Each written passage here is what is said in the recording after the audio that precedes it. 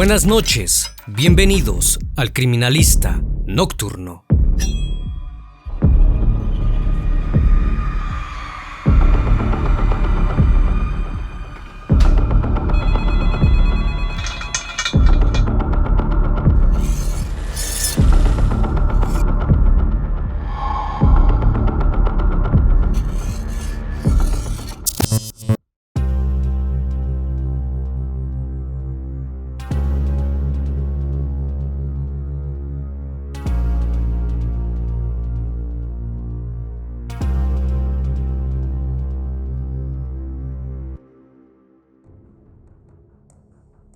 El 4 de abril de 2011, todo el Perú se paralizó tras la desaparición de un joven. Él mismo había emprendido viaje hacia uno de los lugares más inhóspitos de Arequipa, Perú. Su ausencia se convirtió en la principal noticia del país. El 16 de octubre de ese mismo año, más de 200 días después de su desaparición, un equipo mixto de alta montaña se encontraba en el Nevado Bomboya, intentando dar con su paradero. Al llegar a la zona de acantilados de las Torres, un rescatista divisó lo que parecía ser un cuerpo en estado de descomposición. Estaba a más de 900 metros de profundidad. Cuando lograron bajar, notaron que se trataba nada más y nada menos que del mismísimo joven. La situación era extraña. No llevaba puestos zapatos, ni campera de abrigo. Era por demás sospechoso que una persona que realizaba este tipo de excursiones hubiera salido tan desabrigada. También había un guante. El mismo no pertenecía al joven, ya que él llevaba los suyos puestos. La cosa no terminaba ahí. Los golpes en su cuerpo indicaban que había sufrido una caída libre, es decir, no había sido empujado únicamente por la influencia de la gravedad. Alguien lo había arrojado al vacío. El Criminalista Nocturno. Ciro Castillo llegó al mundo un 16 de mayo de 1984 en Perú. Por ser el primogénito, fue llamado de la misma forma que su padre, quien años después tuvo junto a su esposa Rosario García Caballero 2 hijos más, Antonio y María García. Ciro se crió en una familia de clase acomodada. Su padre era médico cirujano, aunque también estaba interesado en la política. Desde que era un niño, Ciro demostró pasión por los estudios, pero su verdadero interés no eran los libros, sino la naturaleza. Se pasaba horas en los parques y en los bosques. Cuando egresó de la preparatoria, ingresó a la carrera de Ingeniería Forestal en la Universidad Agraria La Molina, ubicada en Lima. Allí conoció a muchas personas que compartían los mismos intereses que él, además de cosechar una gran cantidad de amigos. Cuando Ciro tenía 24 años se enamoró. La joven en cuestión se llamaba Rosario Ponce. Había nacido el 16 de octubre de 1986 y provenía de una familia de clase alta. Rápidamente comenzaron a salir. Juntos hacían lo que más les gustaba, excursiones para conocer más de cerca la naturaleza del país. Algunas eran parte del plan de estudios, mientras que otras las realizaban por su cuenta. Cuando el primer trimestre del año 2011 estaba por terminar, Ciro y Rosario decidieron emprender un viaje hacia el Valle de Colca, en Arequipa. Querían conocer el famoso Cañón del Colca. Era un célebre destino turístico. Miles de personas lo visitaban todos los años. Pensaron que nada podría salir mal. A fines de marzo, cargaron sus mochilas de viaje y partieron desde Lima hacia la ciudad de Cusco, la capital del Imperio Inca. Recorrieron gran parte del sur del país. El 31 de ese mismo mes, llegaron a Arequipa. Primero pararon en la Ciudad Blanca. Recorrerían todo el Colca, desde el distrito de Madrigal hasta Tapay. Todo parecía marchar a la perfección. El 3 de abril, Ciro telefoneó a su madre para avisarle que se encontraba bien. Le comentó cuál era el tramo restante del viaje y le notificó que retornaría a Lima el 10 de ese mismo mes. Estaba ansioso por ayudar a su padre en el proceso electoral de ese año. Al día siguiente, Ciro y Rosario llegaron a la provincia de Cailoma, donde se ubica el famoso Cañón del Colca. Hablaron con los lugareños, se tomaron fotografías y decidieron realizar una caminata. La misma debía guiarlos a su destino. No obstante, basados en sus extensos conocimientos de la geografía peruana, los jóvenes decidieron tomar un camino alternativo. Luego de circular durante varias horas, notaron que no tenían idea de dónde se encontraban. Rosario le comunicó a Ciro que estaba agotada y que no tenía energías para seguir el tramo. Ciro pensó que debían retomar la ruta recomendada, encontrar el sendero adecuado, pero estaba completamente perdido. Lo mejor era ir hacia el pueblo en busca de ayuda. Se despidió de Rosario con un beso y se perdió entre las rocas. Las horas pasaron y la muchacha no obtuvo noticias de su novio. El tiempo se convirtió en días. Al ver que Ciro no regresaba, Rosario intentó caminar un poco para buscar ayuda, pero se encontró más perdida que antes. También se le acabó la comida, por lo cual comenzó a alimentarse de hierbas e insectos. Con la poca batería que le quedaba, envió un mensaje de texto a uno de sus mejores amigos. En el mismo decía que se había perdido y que necesitaba ayuda. Mientras Rosario sufría de la inmensa soledad, tanto sus padres como los de Ciro se encontraban sumamente inquietos. Decidieron ir a la comisaría. Debido al mensaje que la muchacha había enviado a su amigo, la hipótesis de secuestro quedó descartada. Los agentes los declararon como desaparecidos y la búsqueda inició automáticamente. La policía se contactó con una brigada de rescate conformada por 14 especialistas. Debían volver sobre sus pasos, averiguar en qué momento Ciro y Rosario se habían desviado de su camino. Cuando llegaron a la zona, algunos pobladores escucharon la historia y se preocuparon. Pensaron que probablemente habían buscado refugio en una de las cuevas del valle, escapando de los peligrosos pumas que habitaban la zona. Se propusieron como voluntarios en la búsqueda. Los habitantes también advirtieron a la brigada de rescate sobre una cosa. El lugar en el que creían que estaba Ciro y Rosario era de difícil acceso, un recorrido complejo, incluso para aquellos que tienen experiencia en trekking. No obstante, todos observaban una única esperanza, la de que los dos jóvenes aún se encontraban con vida. El 13 de abril, 10 días después desde la última comunicación con la joven, un grupo de policías, rescatistas y pobladores se acercaron a las quebradas cercanas al Nevado Bomboya. Allí divisaron una intensa escena. Rosario yacía tirada sobre el suelo, entre las rocas. Si bien estaba viva, su estado era deplorable. Tenía las manos entumecidas por el frío y algunas contusiones. Rápidamente los médicos acudieron al lugar para asistirla. Notaron que presentaba un cuadro de desnutrición y deshidratación. También tenía las retinas dañadas. Cuando vio a los bomberos que llegaron a rescatarla, Rosario entró en una profunda crisis de nervios. No quiso hablar con nadie que no fueran sus padres. Tampoco quiso dar datos sobre Ciro. Fue trasladada de Arequipa a Lima para ser internada en una clínica privada. Con el correr de los días, Rosario comenzó a recuperarse. Bajo presión, Rosario accedió a dar las primeras declaraciones.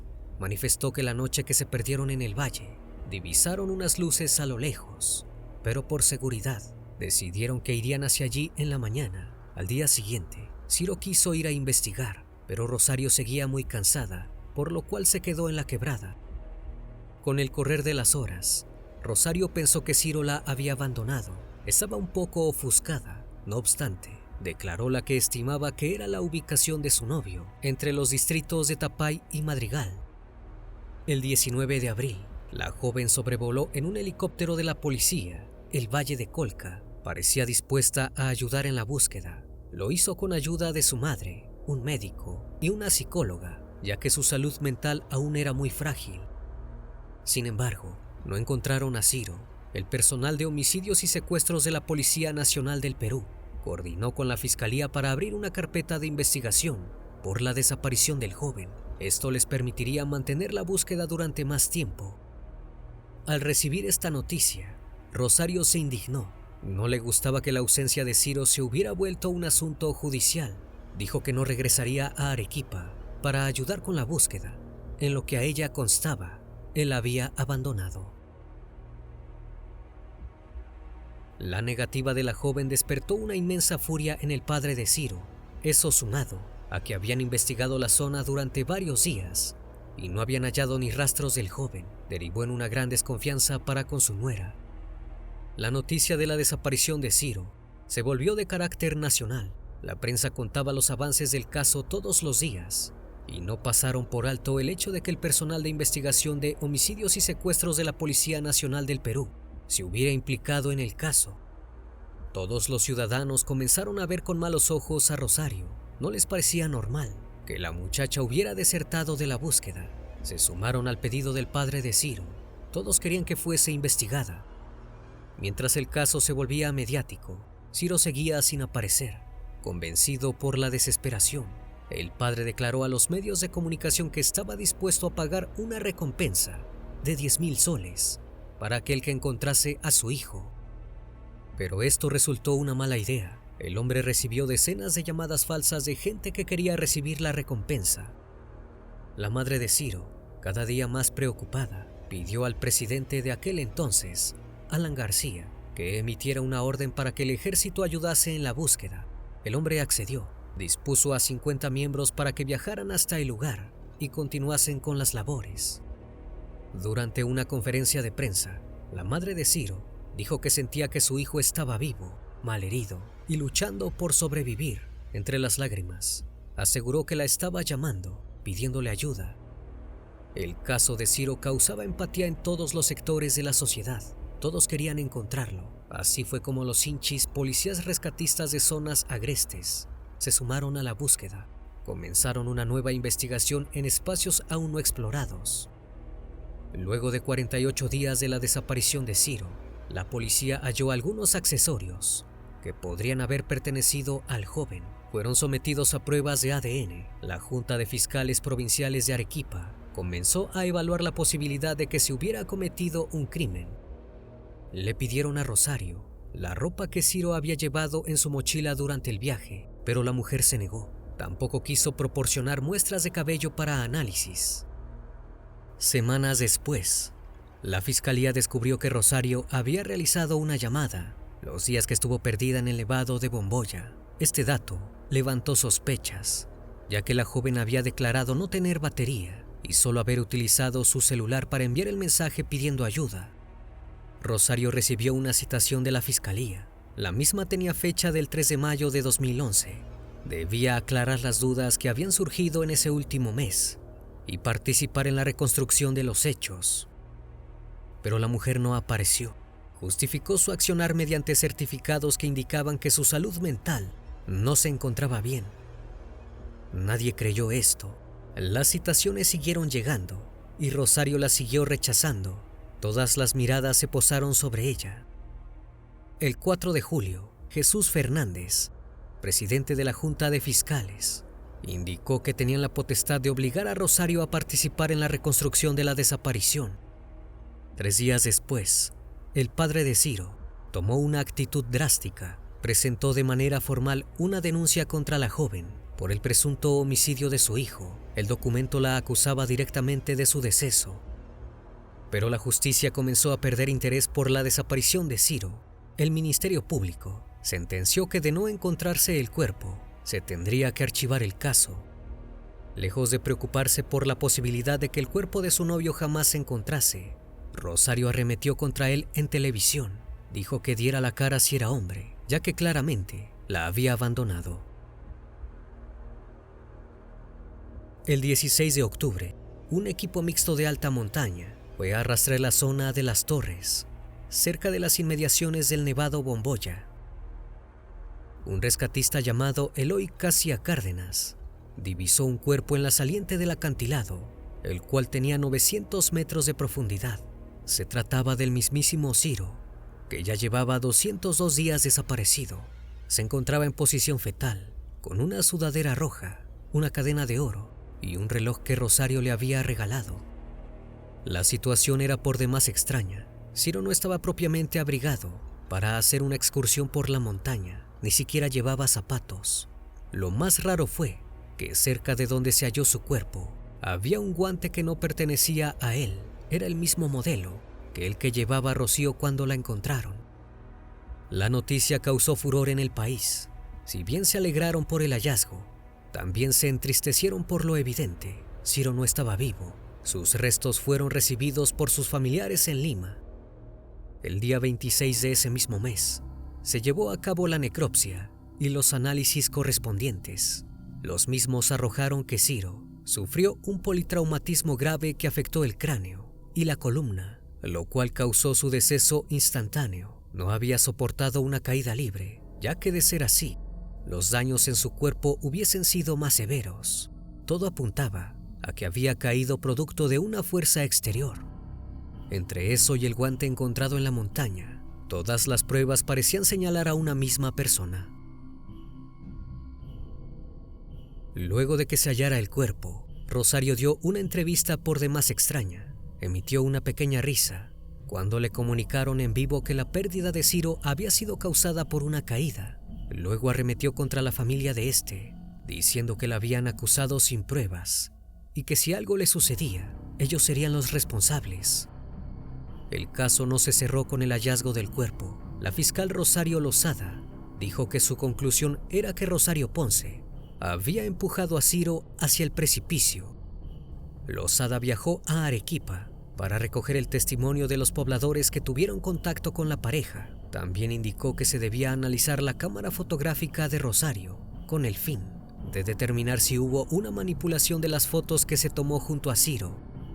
Las acusaciones contra la joven se volvieron aún más severas cuando María Teresa Pilco, una bombera rescatista que había ayudado a Rosario, dio una fuerte declaración. En la misma decía que cuando hallaron a la joven, la misma le dijo que sabía que Ciro había caído y que tenía el brazo fracturado. El proceso contra Rosario pasó a una segunda etapa. Lozada debía presentar pruebas ante el juez Giancarlo Torreblanca que evidenciara que Rosario debía ser investigada como principal sospechoso por la pérdida de Ciro. Principalmente, tenía que indicar con qué parte del cuerpo lo había empujado o si había utilizado algún objeto. La fiscal pidió la prisión preventiva para Rosario, pero no se cumplió, ya que no había peligro de fuga. Los familiares de la joven arremetieron fuertemente contra Lozada, puesto que decían que había tomado partido acusándola, en vez de intentar descubrir qué había pasado concretamente con Ciro.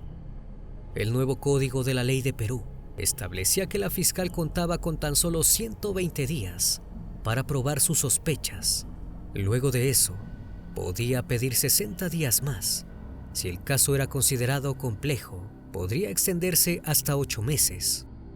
Pero la justicia no estaba del lado de los Castillo. Para el 29 de mayo de 2013, se dio por concluida la investigación. La fiscal Lozada no obtuvo pruebas suficientes para acusar a Rosario por el presunto homicidio. Tampoco pudo probar que la joven había armado una estrategia para deshacerse de Ciro. Tras 5 horas de deliberación, los jueces superiores, Sandra Lazo de la Vega, Fernán Fernández y Héctor Huanca, argumentaron que al no haber evidencias que demostraran que Rosario empujó a Ciro hacia el abismo, el caso debía ser archivado. Los padres del joven no quedaron satisfechos. El padre de Ciro dijo que apelaría y que nunca dejaría de buscar la verdad sobre lo que le había pasado a su hijo. Resaltó la incompetencia del Estado peruano. Recalcó que había alrededor de 200 pruebas directas e indirectas para acusar a Rosario. Entre ellas se encontraban el guante que no pertenecía a su hijo, encontrado en el lugar de su deceso, y las llamadas que había realizado la joven mientras estaba sola en la quebrada. En septiembre de ese mismo año, la segunda sala de apelaciones de la Corte Superior de Justicia de Arequipa archivó de manera definitiva la denuncia por homicidio presentada por la familia de Ciro contra Rosario. El cuerpo del muchacho fue enterrado en el cementerio de Manfre de Huachipa. El país entero lamentó su pérdida. Indignado ante el accionar de la justicia, el señor Ciro Castillo Rojo Salas incursionó de manera oficial en la política. Su primera experiencia fue con el Partido Acción Popular en el 2014, el cual no sacó los suficientes votos para entrar en el Congreso. Durante los siguientes años, el hombre sufrió otra dolorosa pérdida. La madre de Ciro falleció el 24 de abril de 2016 en el Hospital Edgardo Rebagliati, en Lima. Jamás dejó de exigir justicia por su hijo. La pérdida de su esposa solo lo incentivó a seguir luchando por un país más justo. En octubre de 2017, Se sumó junto a Alianza para el Progreso, pero tampoco ocupó ningún puesto. En 2022, se asoció al Partido de Perú Libre. Si bien fue de los más votados, no ganó ninguna butaca en el Congreso. Rosario, por su parte, salió airosa de la situación. Comenzó una relación con Víctor Carlos Cabrera, el hijo de quien había sido su abogado. El joven había sido levemente implicado en el caso de Ciro, ya que había sido pareja de Rosario en el pasado. Se llegó a pensar que había tomado las fotografías durante el viaje al Cañón del Colca. Sin embargo, al igual que todo lo relacionado con el deceso de Ciro, la sospecha quedó en la nada. Rosario y Víctor se casaron el 12 de septiembre de 2015, en una ceremonia privada. La muchacha intentó vivir el resto de su vida alejada de la sociedad, que la seguía observando. El relato inspiró la miniserie Ciro el Ángel del Colca, la cual se estrenó en 2013 por América TV. Los capítulos se centraban en las vivencias de un padre que trataba de encontrar a su hijo. El caso también quedó impregnado en la cultura popular, al punto de que muchas personas prefieren no acercarse más a la zona del Nevado Bomboya, ya que creen que podría estar maldito. Los más escépticos tampoco van, temen perderse y que nadie los encuentre. No obstante, el verdadero misterio es: ¿qué pasó con Ciro aquel 4 de abril de 2011? El caso permanece archivado, juntando polvo en lo más profundo de los cajones del Poder Judicial, al igual que cientos de crímenes sin resolver. Solo Rosario sabe qué ocurrió realmente. Todo el Perú se pregunta si puede dormir tranquila o si su conciencia la perturba durante las noches. Si hay otra versión de la historia, el país entero espera que algún día se anime a contarla. Una vez más, estimado público, agradezco su compañía. Gracias por brindar un espacio de su tiempo para conocer un caso más de este canal. Si aún no estás suscrito, te hago la cordial invitación a que lo hagas y formes parte de esta gran comunidad. Esto es El Criminalista Nocturno. Hasta la próxima emisión. Buenas noches.